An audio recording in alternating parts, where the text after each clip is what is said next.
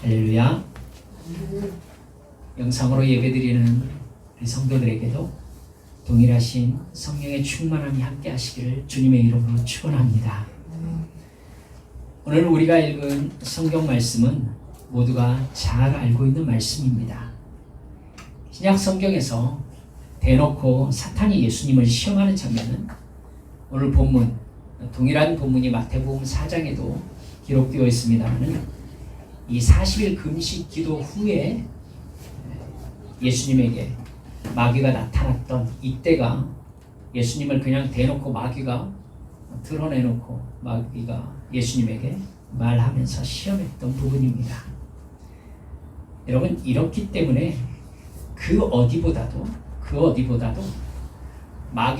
마귀의 직접적인 자기 의지를 표현하고 있는 부분이에요.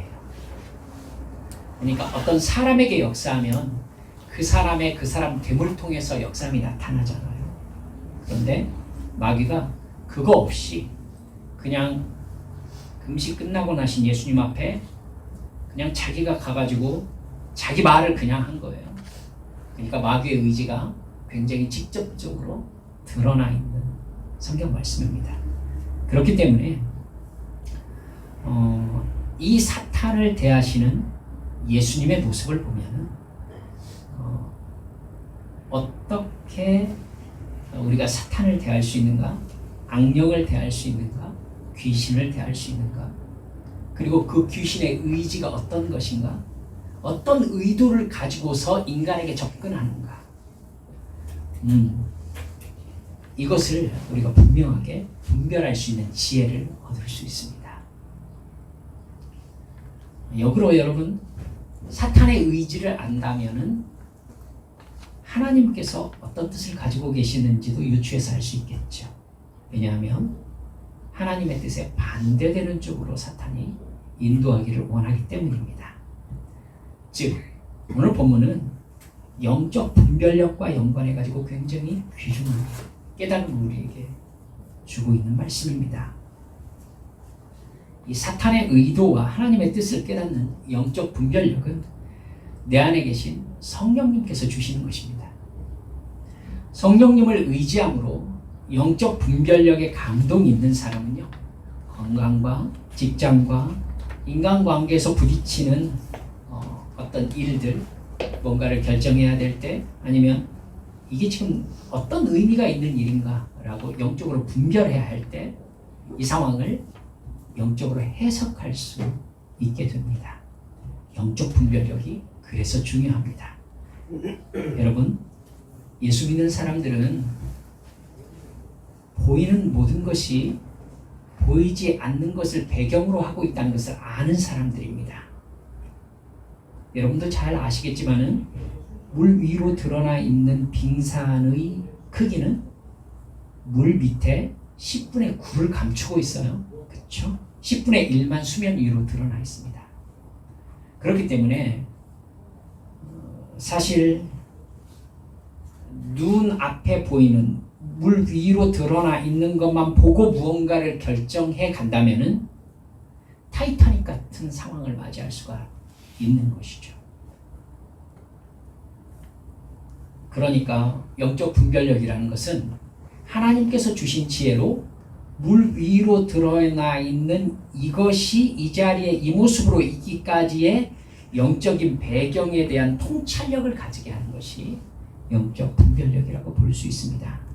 그래서 상황을 보고 눈에 보이는 상황이 있게 만든 보이지 않는 영적인 세계의 10분의 9를 알아낼 수 있는 사람, 이게 성령 충만한 사람인 것입니다.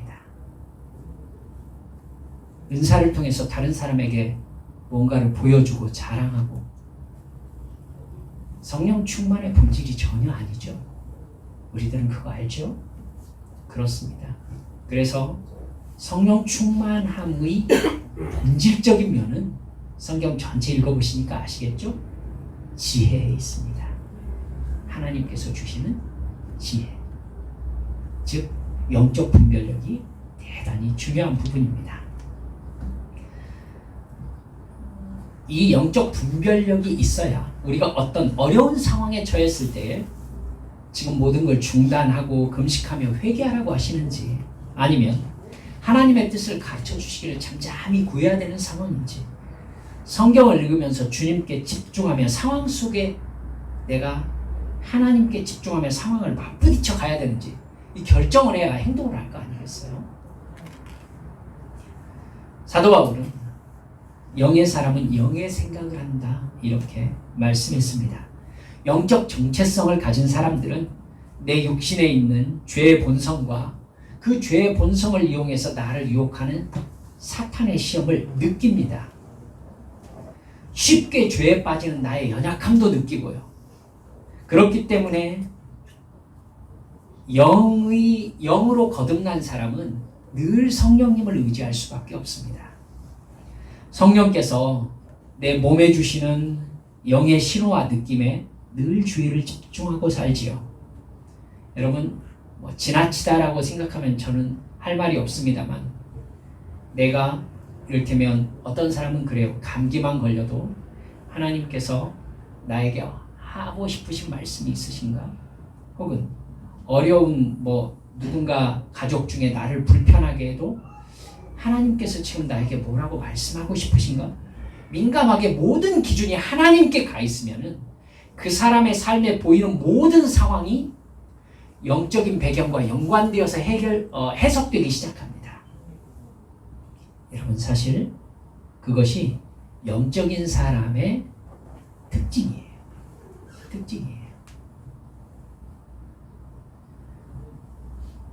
예수 믿는다며 교회에 다니는데도 영으로 거듭나지 못해서 자기 영적 정체성이 없는 사람들, 그게 분명하게 세워져 있지 않은 사람들은요, 성령의 감동함이 없습니다. 그냥저냥 섞여서 교회 다닐 수는 있겠죠. 하지만 정작 어려운 문제가 발생하거나 고통스러운 상황이 생기거나 아니면 뜻밖의 좋은 일이 생겼을 때, 여러분, 이걸 어떻게 해석해야 될지에 대해서 영적 혼란에 빠집니다. 성령의 감동함이 없으니까 영적 분별력이 없는 거예요. 하나님의 뜻을 몰라요. 그러니까 문제를 영적으로 해석할 수가 없어요.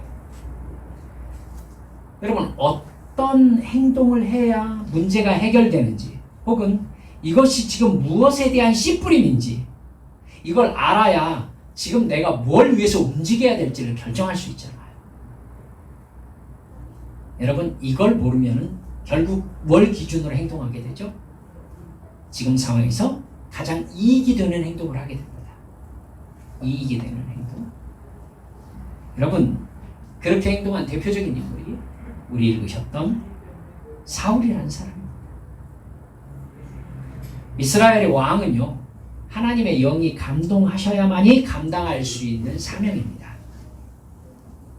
그러나 사울이 불순종함으로써 하나님과의 신뢰관계가 무너지니까 하나님의 영이 사울을 떠나죠.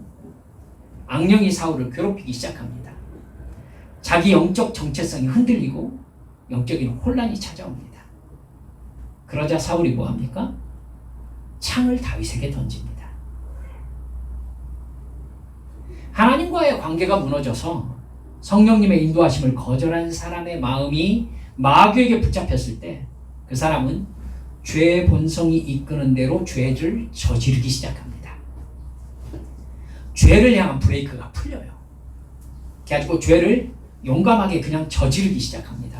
사울이 갑자기 자기 욕망에 가득 차서 창을 다윗에게 던지기 시작하는 겁니다. 여러분, 성령께 붙잡힌 사람이 죄의 욕망이 없는 게 아니에요. 죄의 욕망이 사라져버린 게 아니라고요. 다만 성령께서 주시는 영적 분별력이 마음속에 있기 때문에 죄의 욕망에 대해서, 육신의 욕망에 대해서 나는 죽었다라고 자기 인식을 하는 영적인 브레이크가 언제나 걸려있는 거예요, 이게. 그래서 이건 죄다라는 자기 인식이 있다고요. 이걸 한다는 것이 어떤 의미인지를 내다보고 있다고요. 근데 성령께 붙잡히지 못하고 내 욕망에 빠진 사람은 죄를 행동에 옮깁니다. 문득 여러분, 조심스럽습니다만 이 부분 짚고 넘어갑시다. 내 가족이나 가까운 사람, 이렇게 오래 지켜보다 보면 혹시 눈빛이 평소와 다르다, 분위기가 이 사람이 맞는가라고 느껴본 적 혹시 있으십니까? 저는 제법 있습니다만, 여러분, 영의 관점으로 자기가 안정되어 있는 사람이요, 저는 늘 그러기를 간절히 기도합니다만, 영의 사람으로 자신이 안정되어 있는 사람의 눈에는요, 그렇지 않은 사람이 분별해서 보입니다. 그렇기 때문에 여러분, 저 사람의 폭력성인데 저 사람의 눈빛을 보니까 저 사람의 평소 모습이 아니다, 성령의 감동으로 그 영을 분별하세요. 그리고 하나님 앞에 그의 귀에 찬송이나 하나님의 말씀을 어떻게든 들려주시기 바랍니다. 다윗이 수금을 타면 사울의 미친 짓이 멈추었던 대로 하나님의 말씀과 찬양, 성령께 붙잡힌 사람의 하나님의 말씀과 찬양은 능력을 나타냅니다. 마귀를 제압하는 영적인 힘이 있습니다. 근육이 아니죠. 마귀와 싸우는 힘은. 그렇죠? 영적인 능력이 있습니다. 실제로 제가 어느 목사님 간증을 들은 적이 있습니다만은, 전도하러 나가가지고 예수를 전할 때 갑자기 들은 사람이 화를 막 엄청나게 내면서 이렇게 의자에 앉아있다가 의자를 확 들더래요. 그래서 눈을 보니까 저 사람에게 사탄이 역사하고 있구나. 그래서 그 사람이, 목사님이 그냥 선포했대요. 내가 예수 이름으로 명하노니 그걸 내려놓으시오. 그리고 의자를 던지려다가 그 사람이 얌전하게 이렇게 내려놓는 것을 보았다라고 하면서 예수 이름으로 명하는 명의 힘이 어떠한 것인지를 자기가 그런 식으로 경험했노라, 이렇게 얘기를 하시는 걸 제가 들었습니다. 네, 저도 비슷한 일을 경험한 적이 있습니다. 사랑하는 여러분들, 내가 영의 사람이다라는 자기 정체성이 이렇게 중요하다는 걸 절대 잊지 마시기 바랍니다. 사울 왕은 회개하지 않고 악령의 지배에 자신을 완전히 내어주게 됩니다. 시간이 지날수록 더욱. 그래서 그는 국정 운영을 다 팽개치고 다윗을 죽이려고 하죠. 그러다가 블레셋이 침공했을 때 결정적인 하나님의 침묵을 경험합니다. 그리고 귀신과 교통하는 무당을 찾아가죠. 그 다음날 사울은 자살합니다. 여러분, 우리도 영적인 혼란에 빠지면 사울과 똑같은 행동을 할 가능성이 아주 높습니다. 내가 어떤 기준으로 상황을 해석하고 어떤 말을 하고 어떤 행동을 해야 되는지를 분별하지 못하는 거예요. 그러다가 내 육신의 주인이 되어버린 사탄이 시키는 대로 정말 바보 같은 죄를 지으면서 결국은 자기 자신을 무너뜨리는 겁니다. 오늘 성경 말씀은 우리가 사탄의 유혹을 분별하고 물리칠 수 있는 지혜를 주시는 말씀입니다. 주의 있게 들어주세요. 선을 그어야 될 때라는 제목의 말씀으로 사탄의 질문과 내가 그 사탄의 유혹에 대해서 어떤 선을 그어야 되는지에 대해서 여러분 영적인 분별력이 여러분들에게 있으시기를 주님의 이름으로 축원합니다. 예수님은 30년 동안 이스라엘 북부 갈릴리 호수가 있는 나사렛에서 사셨습니다. 예수님과 아버지 요셉은 아마도 나사렛에서 6km 정도 떨어진 세포리스라는 도시에서 건축 노동자로 일했을 가능성이 커 보입니다. 예수님께서 나이 30이 되셔서 십자가를 향한 공생의 사역을 시작했을 때 가장 처음 하신 일이 세례 요한에게 찾아가셔서 세례를 받는 일이었습니다. 바로 앞장 누가복음 3장 21절부터 보면 예수님이 세례를 받는 장면이 나옵니다. 요한복음 1장 28절에서 예수님께서 세례 받으신 장소가 이스라엘 남쪽 유대 땅 베다니 근처였다라고 나옵니다. 여러분, 그러면 갈릴리 나사렛 쪽에서 사시다가 아마도 6월절이나 어떤 큰 명절이 있어서 예루살렘 쪽으로 건너오셨다라고 볼 수 있겠죠. 그래서 베다니 쪽에 오셨다가 아마 근처 요단강에 나가셔서 세례 요한을 만나신 것 같습니다. 그때 예수님에게 성령이 충만하게 임하셨습니다. 세례 받으신 후에 성령님은 예수님을 곧바로 광야로 데리고 나가셨습니다. 아마 베다니 근처의 광야다라고 할 것 같으면 예루살렘 이 밑쪽에 있는 아마 유대 광야인 것 같습니다. 유대 광야다라고 생각을 할 것 같으면 다윗이 사울을 피해서 도망다녔던 아둘람 굴 있고 한 그 광야를 유대 광야라고 합니다. 아마 그쪽에서 예수님께서 성령께 이끌려서 40일 동안 금식 기도를 하신 것 같습니다. 40일 동안 아무것도 먹지 않으셔서 아주 심하게 배가 고프셨을 것입니다. 보통 사람이면 제가 생각할 땐 생명을 유지하기 어려우셨을 것 같은데요. 40일 금식 기도 하셨을 때에 광야로 가셨으면 물이 있는 곳으로 가셨을까요? 저는 이게 사실은 좀 궁금하기도 합니다. 물이 있으면 광야가 아닐 건데요. 물까지 안 드셨을까? 쓸데없는 걱정을 제가 이렇게 합니다.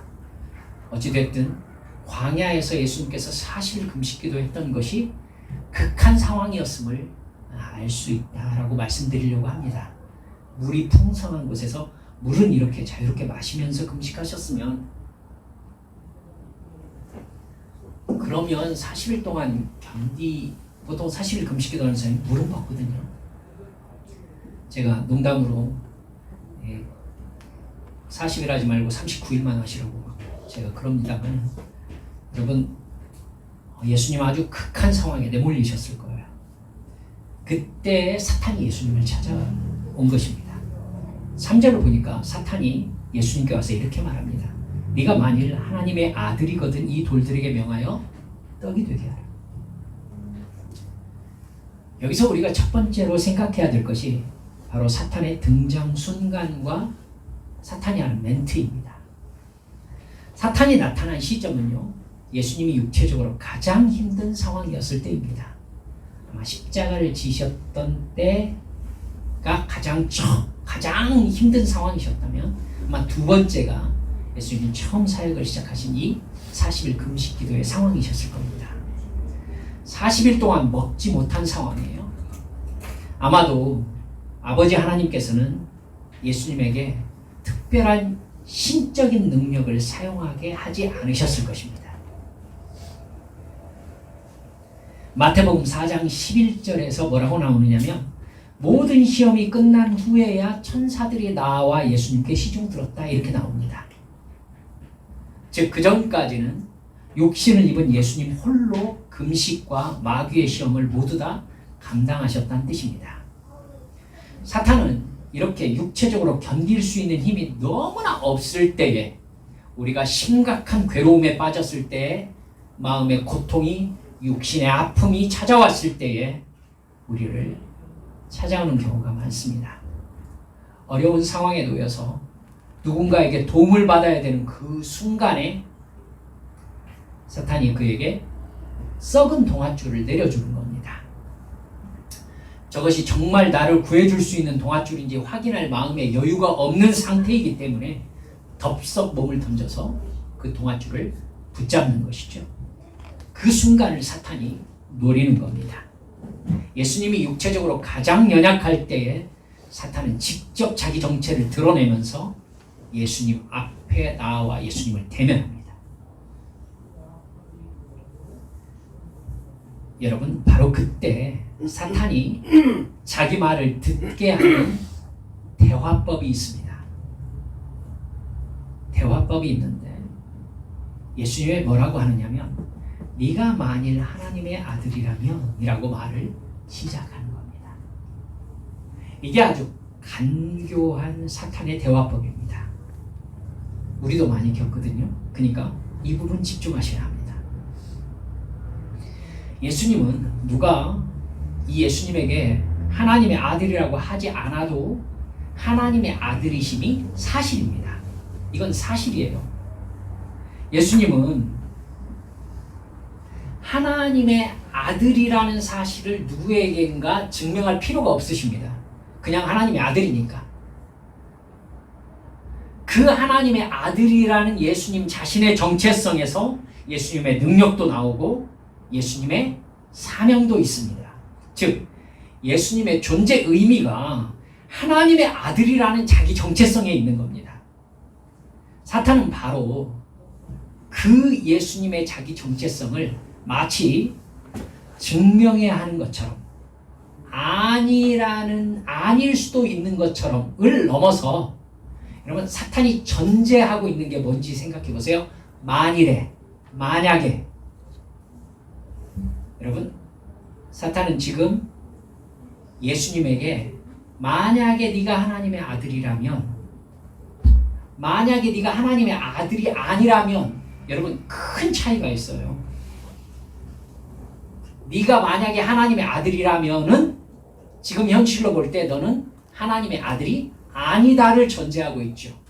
하나님의 아들이 아니니까 네가 하나님의 아들이라면을 만약으로 얘기하는 거죠. 그러니까 사탄이 어떤 생각을 하느냐면요. 지금 상황을 전제로 해서 상황을 역으로 보게 하는 거예요. 역으로. 내가 하나님의 아들이에요. 지금 상황을 보니까 너는 하나님의 아들일 수가 없다. 하나님의 아들이 아니다. 만약에 네가 하나님의 아들이라면 이래야 된다라는 구조로 접근하고 있는 겁니다.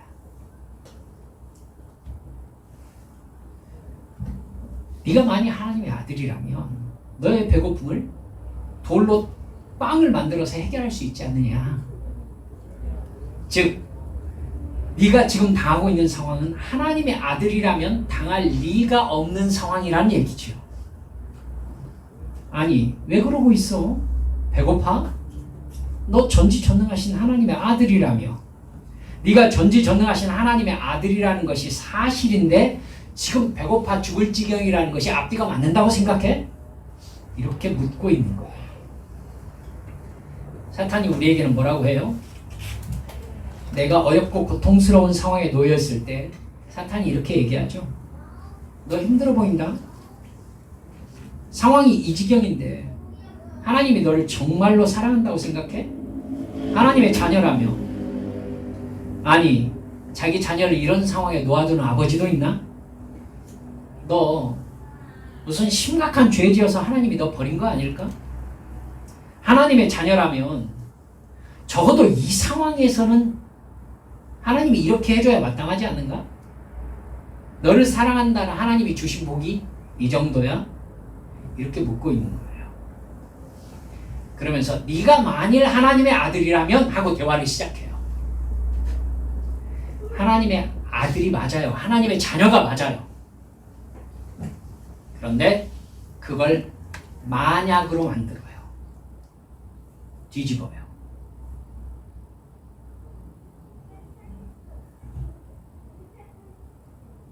여러분, 이게 사탄의 대화법입니다. 우리 마음속에 이 생각이 여러분 쓱 올라오거든. 사탄아 물러가라. 여러분 대항하셔야 합니다. 사탄은 내가 하나님의 자녀이기 때문에 참고 인내하면서 세상 욕심을 버리면서 나의 욕심을 십자가에 못 박은 사람으로 살려고 노력했던 일들을 답답한 짓 하면서 살고 있다라고 인식시키려고 해요. 사실은 모든 것이 하나님이 나를 사랑하지 않는다고 생각되는 상황인데 나 혼자 하나님이 나를 사랑한다고 오해하며 살아온 것처럼 생각하게 만들어요. 그래서 내가 하나님의 사랑을 받는 하나님의 자녀라는 이 흔들릴 수 없는 진실을 마구 흔드는 거예요. 하나님이 내게 주셨던 복을 세상 사람들도 얼마든지 만날 수 있는 상황으로 이해하게 하려고 해요. 왜 나는 로또 사도 당첨이 안 되는가? 예수 믿지 않는 저 사람은 당첨이 되는데. 여러분, 제가 극단적으로 얘기한 것입니다. 이런 식으로 이해하게 만들어요. 왜 나는 노력해도 안 되는가? 별로 노력하지 않는 하나님을 안 믿는 사람도 저렇게 잘 되는데. 사탄이 그렇게 얘기하죠. 네가 하나님의 아들이라면, 네가 하나님의 자녀라면 저 사람보다는 잘 돼야 되지 않니? 라고 얘기해요. 그러니까 사탄의 결론은 뭐예요? 너 하나님의 자녀 아니지 않냐? 이 결론을 깔고 얘기하는 거죠. 사탄이 뭘 하고 있는지 알겠죠? 영의 사람은 하나님이 예수 그리스도 십자가 대속의 죽음과 부활을 믿게 함으로 나를 구원하셨다는 것을 언제나 믿습니다. 여러분, 이 사실 아주 중요한 사실인 게, 이 사람이 이걸 믿기 때문에 그 사람의 모든 생각과 말과 행동에는 내가 하나님의 자녀라는 자기 정체성이 전제되어 있습니다. 나는 주님을 믿고 사랑하며 의지하며 예배하는 주님의 신부라는 자기 정체성이 들어있는 거예요. 이 사람의 생각에는, 이 사람의 말에는, 이 사람의 행동에는. 작은 일에도 하나님의 사랑을 느끼며 감사합니다. 어려운 일이 생기면 내 죄를 돌아보고 더욱더 주님의 뜻에 집중하려고 합니다. 나의 육체의 힘듦이 영적인 흔들림과 연관되지 않게 하려고 차단하는 선을 그으려고 애를 씁니다. 영의 사람이기 때문에 자기 영적 정체성을 끝까지 붙잡으려고 노력하는 것이죠. 사탄은 그런 나를 야무지게 비웃습니다. 지금 예수님에게 나타나서 예수님을 야무지게 비웃고 있는 거예요. 너 하나님의 아들이라며. 돌 있잖아. 이거 떡 만들어 먹으면 되지 않냐? 너무 문제 해결이 간단해요. 그거 할 줄 몰라서 예수님께서 지금까지 금식하셨나요? 근데 사탄은 예수님에게 너 바보 아니야? 이러는 거예요. 지금 나에게도 그래요. 여러분, 너 이렇게 하면 되잖아. 너 바보 아니야? 네가 왜 참아? 억울한 건 너야. 육의 상태를 기준으로 하나님의 사랑을 판단하게 하려는 것이죠. 그런 사탄의 유혹에 속아가지고 보이는 상황에 붙잡혀서 하나님을 바라보며 영적 정체성이 무너집니다. 그리고 그 사람이 순식간에 받아들이는 게 뭡니까? 육의 정체성을 나의 정체성으로 확 받아들이고 정체성이 교체되어 버려요. 그 순간 나의 상황을 근거로 갑자기 하나님을 향해서 뭐라고 하기 시작하느냐면, 하나님 나에게 왜 이러시느냐고 말하기 시작해요. 그리고 이게 뭐냐고 얘기해요. 하나님께서 나를 사랑하시는 증거가 이거냐고 물어봐요. 내가 하나님을 사랑하며 살아온 것에 대한 하나님의 응답이 이런 거냐고 묻기 시작해요. 하나님께. 내 아버지 하나님이셨던 하나님을요, 갑자기 부당한 나의 적으로 인식해요.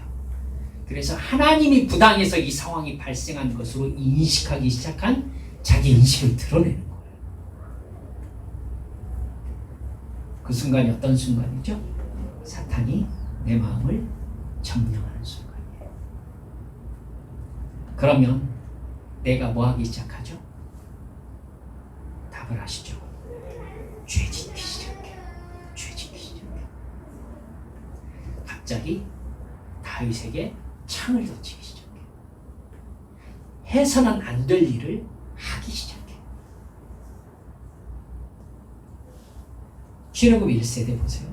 갑자기 하나님을 향해서 원망과 불평을 쏟아내기 시작해요. 며칠 전까지 뭘로 살았는데? 이집트의 노예로 살았어요. 그 비참한 상황에서 살았다고 해요. 그런데 갑자기 어떻게 보여요? 그때 그 시절이 좋았던 시절로 인식되기 시작해요. 그때 그 시절이 괜찮았던 시절. 이집트의 처참한 노예로 사는 주제에 거기에서 우리는 고깃가마 곁에 앉아가지고 부추와 마늘과 참외와 오이와 막 다 얘기했나요? 먹은 것도 많고요. 너무나도 풍성하게 살았던 것처럼 추억해요. 그 시간을. 그 시간이 그랬던 시간이에요. 이집트 노예였어요. 비참한 삶이었어요. 자기 아들들을 자기가 키우지 못했어요. 아들 낳으면은 나일강에 던져야 했었어요. 그래놓고 거기에서 구해주었더니 갑자기 구해준 하나님을 향해서 당신이 부당하다고요? 그들의 마음이 악의 영에게 점령이 당한 것입니다. 여러분, 이렇게 우리도 그래요. 사탄은 어렵고 고통스러운 상황을 보게 하면서 이게 현실이라면서 내가 불만과 두려움과 불안과 의심과 불신 속에서 이 불행감을 느끼게 하려고 해요. 육신의 판단을 내 생각으로 받아들이게 해요. 하나님의 사랑을 받고 있는 자녀라는 영적 정체성을 포기하게 만들어요. 이 부분에서 사탄의 유혹을 받아들여서 나의 현실에 빠지면 지금 상황이 내가 하나님의 사랑과 복을 받는 상황인가 회의가 찾아오면서 영적인 혼란에 빠지는 겁니다. 그때 예수님께서 뭐라고 하셨어요? 사람이 떡으로만 살 것이 아니다. 이렇게 성경에 기록되어 있다. 사실 이 말씀은요, 이 상황에서 대답이 될 수 없어요. 지난 40일 동안 먹은 게 없어요. 보통 사람은 죽어요.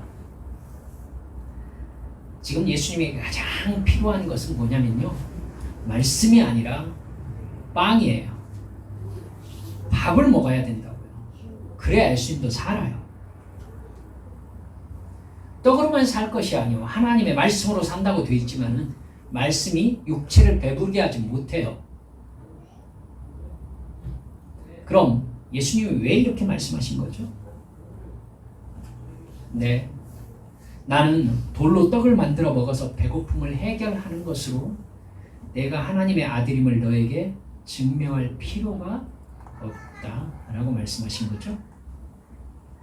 그리고 나는 아무리 배가 고파도 육체의 필요에 매여서 나의 정체성을 삼지 않는다.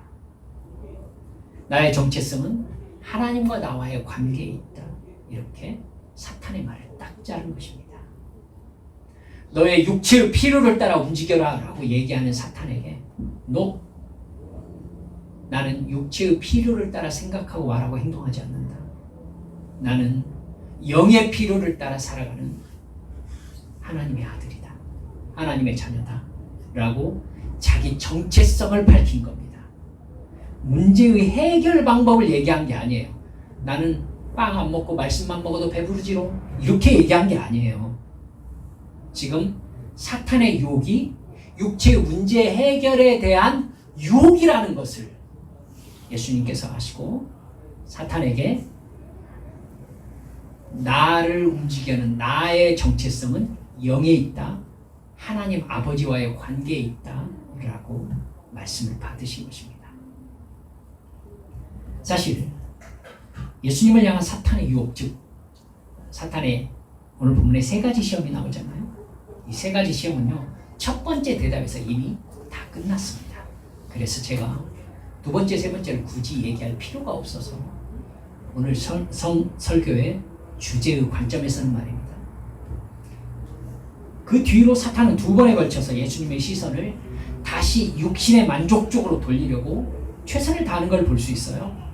예수님의 사명과 하나님과의 관계에서 나오는 영적 정체성이 아니라 예수님의 육신의 욕심에 자기 정체성을 놓게 하려고 두 번 더 시험하는 거죠. 세계 모든 나라의 영광을 보여주면서 이 모든 영적 권세와 영광을 너에게 주겠다 이러면서 사탄이 도발적으로 이렇게 얘기해요. 이건 모두 다 나에게 넘어온 것이다. 그러므로 내가 바라는 사람에게, 내가 원하는 사람에게 이거 줄 수 있다. 사탄이 거짓말한 건가요? 맞아요. 사탄은 거짓말하지 않았습니다. 나에게 절하면 내가 이 모든 것을 너에게 주리라. 그러자 예수님께서 오직 하나님께 경배하고 하나님만을 섬기라고 성경에 써있다. 이렇게 말을 딱 자릅니다. 지금 예수님이 자기의 영적 정체성의 근거를 어디에서 얻고 있는지 아시겠죠? 성경에서 얻고 계세요. 사탄은 다시 예수님을 성전 꼭대기로 데려가서 네가 하나님의 아들이거든 여기서 뛰어내려보라 하고 하면서 하나님께서 천사를 동원해서 너를 지켜주신다고 성경에 써있다 라고 말씀의 시험을 한 번 더 하죠. 예수님은 주 너의 하나님을 시험하지 말라고 성경에 써있다 라고 다시 말씀을 받습니다. 모든 게임이 끝나버렸죠.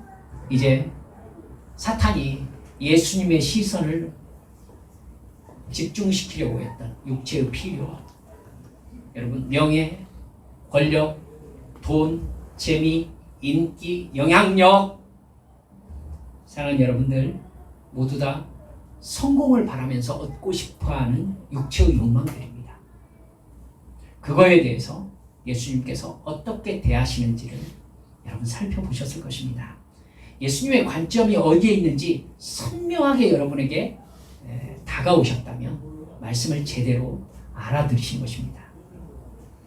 예수님은 생존에 가장 필요한 먹을 것에서부터 인간의 정체성, 육신에 있는 게 아니라, 육신의 필요에 있는 게 아니라, 육신의 욕망에 있는 게 아니라 영에 있다, 하나님과의 관계에 있다, 성령께 있다, 이렇게 말씀을 확실히 맺고 선을 긋습니다. 그 다음 명예와 권력과 인정받음의 욕망을 들이댔지만 예수님은 웃기지 말라는 듯이 사탄의 말을 그냥 아주 단호하게 그냥 잘라냅니다. 예수님의 정체성은 하나님과의 관계와 사명에 있다는 것을 분명하게 하신 것이죠. 여러분, 그러자 마지막에 사탄이 얼마 동안 예수를 떠나니라 이렇게 되어 있습니다. 중요한 거 알 수 있죠? 나의 정체성이 정확하게 하나님 앞에서 시인되기 전에 사탄은 포기하지 않는다는 겁니다. 그리고 설사 그렇게 자기 정체성이 사탄 앞에서 드러났다 하더라도 떠나되 얼마 동안 떠난다는 것이죠. 또다시 시험하는 자가 찾아올 거라는 근거를 오늘 본문 말씀이 우리에게 주고 있습니다. 예수님을 향한 사탄의 시험이 다 끝난 다음에 마태복음 4장 11절을 보면 마귀는 예수님을 떠나고 천사들이 나와 수종들었다 이렇게 말씀하고 있습니다. 하나님 아버지는요, 아들 예수 그리스도께서 사탄에게 정체성의 시험을 받고 있는 것을 아버지가 지켜보고 계셨다는 뜻입니다. 그렇다면 우리도 마찬가지일 것을 짐작할 수 있습니다. 우리가 정말 힘들고 고통스러운 상황에 놓였을 때에 사탄이 쑥 와가지고 너에게 네가 누구냐? 하나님이 너에게 누구야? 정말 하나님이 너를 사랑하는 거 맞는 것 같아? 화나지 않아? 억울하지 않아? 이렇게 물어볼 때 여러분, 내가 어떤 행동을 하는지 아버지 하나님이 지켜보신다는 뜻이죠. 지켜보신다는 뜻이에요. 그때 우리를 도와주신다는 뜻입니까? 여러분 알고 계시죠? 우리가 죄를 지으려고 하면 하나님께서 죄 짓지 못하게 막아주십니까? 그런가요? 사울이 창을 뽑아서 다윗에게 확 던지려고 할 때 하나님이 사울의 팔을 탁 잡아주시면 얼마나 은혜로운 간증이 될까요? 그렇죠. 근데 성경에 보면 그래요. 창은 날아가요. 하나님의 조치는요, 다윗이 창을 피하는 쪽으로 조치가 되죠. 하나님이 우리에게 역사하시는 것도 이 부분을 잊지 마셔야 합니다. 우리가 죄를 지으려고 하면요, 막지 않으세요. 하지만 내가 해를 끼치려고 했었던 사람을 하나님께서 심판하시는 것이 아니시라면은 그 사람에게 은혜의 조치를 취하시는 걸 볼 수 있어요. 성경에서는 이런 것들이 반복됩니다. 여러분, 우리가 죄를 지으려고 한다고 하나님이 막아주시지 않아요. 그런데 우리는 그런 종류의 기도를 하는 잘못을 저지릅니다. 하나님, 제가 하려는 행동이 잘못된 것이라면 하나님께서 막아주시옵고 하고 용감하게 잘못된 짓을 해요. 하나님이 안 막아주셨으니까 이건 잘못된 짓이 아니야 라고 하면서, 그러니까 우리는 참 하나님을 이용해 먹으려는 참 나쁜 생각 참 많이 하죠. 참 많이 해요. 죄송합니다. 목사도 그랬기 때문에 고백하는 마음으로 여러분께 말씀을 드리는 것입니다. 이스라엘 백성들이 하나님의 은혜를 받아서 가나안으로 출발했을 때 홍해 앞에서 어떻게 행동하는지 하나님은 지켜보셨습니다. 사탄은 이스라엘 백성들이 물이 떨어졌을 때, 양식이 떨어졌을 때, 욕심이 생겼을 때 정말 하나님의 백성인지 행동으로 증명해 보라고 도전했습니다.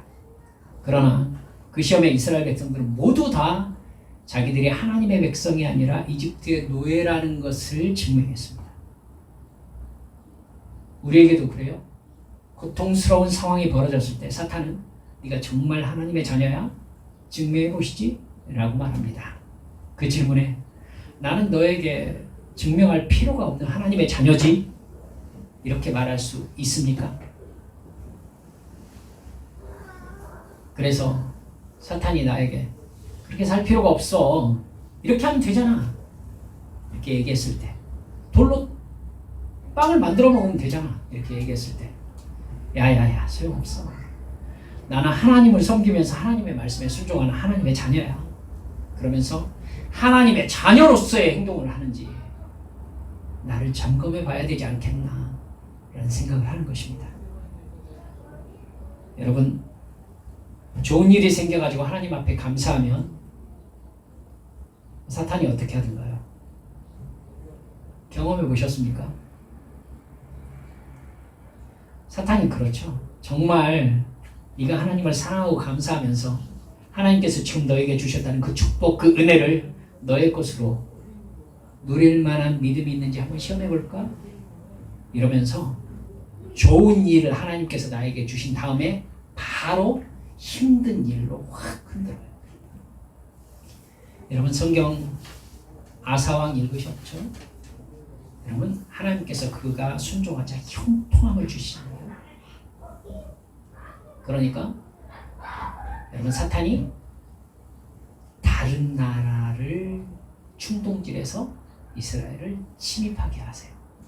사탄이라고 그랬죠. 해요, 이 자식이. 침입하게 해요. 여러분, 아사가 그때 어떻게 하죠? 아사가 여러분 시리아 왕에게 가가지고는 오셔서 우리를 좀 구해주세요 이러죠. 사랑하는 여러분들, 그 일이 있고 나서 어떻게 됩니까? 기억하세요. 시리아 왕에게 도움을 청한 다음에 하나님의 선지자가 와가지고 이렇게 얘기하죠. 왕이시여, 세번역에는 시리아라고 했지만 옛날 성경에 아람이라고 했죠. 왕께서 이 상황에서 하나님이 아니라 아람 왕에게 도움을 청하셨으므로 말미암아 아람이 왕의 손에서 벗어난다. 이런 거예요. 이런 거예요. 사탄이 시험해요. 그때 무엇입니까? 하나님이 너에게 주신 복을 네 것으로 누릴 만한 믿음이 너에게 있는지를 내가 한번 봐야 되겠다. 하나님도 허락하신 거죠, 그거. 근데 금방 본색을 드러내버려요. 바로 원망하면서 세상 기준으로 나의 이익의 관점으로 시선이 확 돌아간 모습을 보여줘 버려요. 사탄이 뭐라고 그래요? 내가 이겼다. 너는 하나님께서 주신 복과 하나님께서 주신 은혜를 네 것으로 누릴 만한 믿음은 가지고 있지 못하네. 사탄이 비웃죠. 그 순간 나는 어떻게 해요? 하나님께서 주신 은혜를 쏟아버려요. 쏟아버려요. 그래가지고 하나님이 아이고 얘야, 베드로가 열심히 물 위로 달려갔어요. 예수님을 향해서. 근데 파도를 보고 물로 훅 빠져가요. 뭐 새삼스럽게 그 순간에 파도를 보고 지금 자기가 이미 물 위로 걷고 있잖아요. 예수님을 향해 달려가고 있잖아요. 그런데 파도가 온다고 쳐다보고 무서워하니까 물로 쑥 들어가요. 예수님이 뭐라고 그래요? 믿음이 적은 자요, 왜 의심하냐? 넌 지금 배 바깥으로 나와서 나에게 걸어오고 있었다. 봐요. 하나님을 향해서 하나님과 동행하는 중에도요, 그 은혜를 이렇게 쏟아버리는 상황이 생긴다니까요. 쏟아버려. 사탄이 이렇게 강요해요. 네가 만약 하나님의 자녀라면, 오, 너 믿음 괜찮은데? 야, 너 은혜 받았다? 물 위를 걷고 있네. 자, 이 파도 보고 무슨 생각이 들어? 그러자 베드로가 파도네. 그러자 쑥 들어가죠. 이 상황이에요, 이 상황.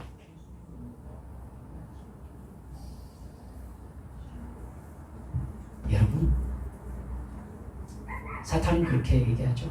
나는 그럴 줄 알고 있었지. 너는 하나님이 주신 은혜를 네 것으로 누릴 만한 믿음은 아직 없지. 그러면 여러분 경험하셨습니까? 현실에 매여서 의심과 불안과 두려움에 사로잡혀서 또 죄를 짓기 시작하는 우리의 연약한 욕심. 그러면 하나님의 은혜는 일시적인 것이 되고 하나님의 은혜를 내 것으로 소유할 만한 믿음이 없었다는 것이 증명되는 것입니다. 말씀을 맺습니다. 힘들고 어려운 상황에서요, 내가 생각하는 것과 말하는 것과 행동하는 것의 패턴을 한번 살펴보세요. 사탄은 만만한 사람에게는 늘 대기 상태입니다. 여러분, 얼마 전에 살펴보셨죠? 예수님께서 가인에게 뭐라고 하죠? 얘야, 너는 죄를 다스려라. 죄를 다스리지 못하면 죄가 늘 문 앞에 웅크리고 있느니라. 그렇습니다, 여러분. 그러니까 만만하면은요, 문 밖에 언제나 기다리고 있는 거예요, 죄가. 만만하면. 근데 히브리서 11장에서 마지막 부분을 뭐라고 나오죠? 주를 향해서 자기 자신을 온전히 던져버린 사람, 주를 향해서 아예 생명을 포기하는 사람, 이 사람에게는 그를 세상이 감당하지 못하여. 여러분, 그렇습니다. 사탄이 감당하지 못하는 사람이 있고요, 사탄이 문 앞에서 늘 웅크리고 있는 사람이 있어요. 나는 누구입니까? 나는 어느 쪽입니까? 우리도 40일 굶고도 나는 떡으로 사는 사람이 아니라 하나님의 말씀으로 사는 사람이다 라고 나의 정체성을 확실히 붙잡는 우리 믿음의 성도들 모두 되어주시기를 주 예수님의 이름으로 축원합니다. 이 시간 우리 함께 기도합시다.